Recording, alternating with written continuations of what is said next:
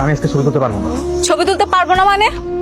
এটা কি ফাইজলামি শুরু করছো? Is it fun? হ্যাঁ, সবকিছু রেডি হয়ে গেছে, এখন তুমি বলতেছো ছবি তুলতে পারবে না? যদি আমার আপন ভাই হইতা তাহলে না করতে পারতা। এই কোম্পানি আমার একার কোম্পানি না, এটা তোমার নিজেরও কোম্পানি। কি এখন কেমন লাগছে? শেষ পর্যন্ত এক্স গার্লফ্রেন্ডের বিয়ে উপলক্ষে ফটোশুট করতে হচ্ছে। বাই দ্য ওয়ে, বিয়েটা কিন্তু আজকে না, কালকে হচ্ছে। তো এইসব কথা আমাকে বলছো কেন? তোমাকে বলবো না তাহলে কাকে বলবো? আমার এক্স বয়ফ্রেন্ড বলে কথা। কিভাবে পোজ দিয়ে ছবি তুলবো সেটা বলবেন না? কেমন ফটোগ্রাফার আপনি? তুমি একটা কাজ করো, আমার কোমরে হাত দিয়ে ছবি তুলো।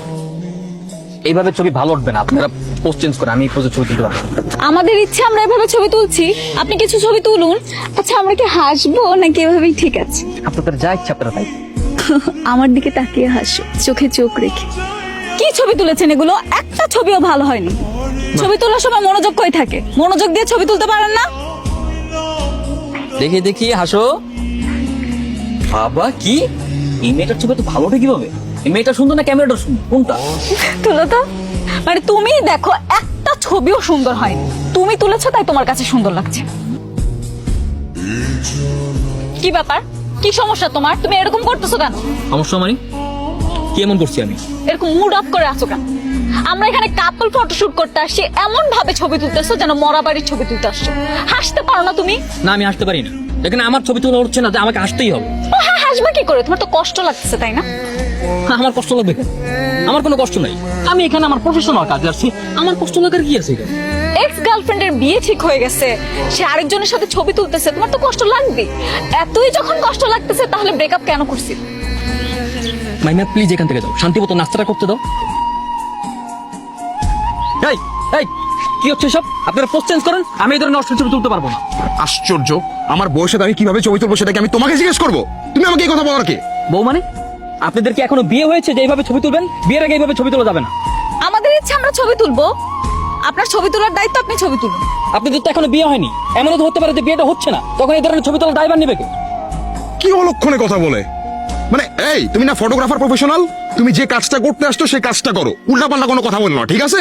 ভাই আমি বললাম তো আমি এই ধরনের ছবি তুলতে পারবো না, প্লিজ। আপনাকেই ছবি তুলতে হবে, তাড়াতাড়ি আমাদের ছবি তুলুন। দরকার পড়লে আমাদের বাসর ঘরের ছবি আপনাকে দিয়ে তুলাম। আমি কাজ করি ঠিক আছে, তার মানে এই না আমাকে যা বলা হবে আমি তাই শুনি, তাই করো। আমি এই ধরনের ছবি তুলতে পারবো না, এই ধরনের ছবি তোলা আমার রুলস আর ইথিক্সের বাইরে। আচ্ছা বুঝলাম রুলস এন্ড এথিক্স এর বাইরে, কিন্তু তোমাকে এখন আমি যেটা বলতেছি তুমি সেটাই করবা, কারণ তুমি প্রফেশনে আসছো, ঠিক আছে? করো। ভাই আপনি যতই যাই বলেন না কেন, যতই ধমক দেন না কেন, আমি পারবো না, আমি বলছি না। আমরা তুলতে চাই, এগুলো আমরা স্মৃতি হিসেবে ধরে রাখবো। কি হয়েছে স্যার? ম্যাডাম মেহেদি, তুমি তর্ক করছো কেন? তর্ক মানে? আপনার ফটোগ্রাফার উল্টাপাল্টা কথা বলতেছে, সে ছবি তুলবে না। মেহেদি, আমি লক্ষ্য করছি সকাল থেকে তুমি উল্টাপাল্টা কাজ করছো, এখন আবার বলতেছো ছবি তুলতে যাচ্ছ না কেন?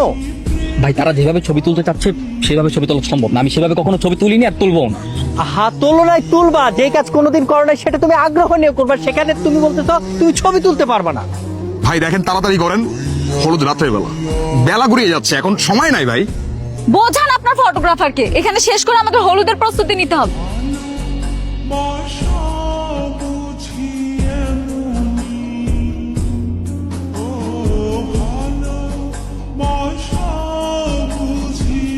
আমাদের বিয়ের সময় যখন গায়ে হলুদ হবে তখন কিন্তু আমরা অনেক মজা করবো। আমি হলুদ রঙের শাড়ি পরবো, সবাই আমাকে হলুদ মেখে দিবে, কত মজা হবে। ভাবতেই কেমন শান্তি লাগে। কিন্তু তুমি তো আমাকে দেখতে পারবে না। কেন কেন দেখতে পারবো না কেন?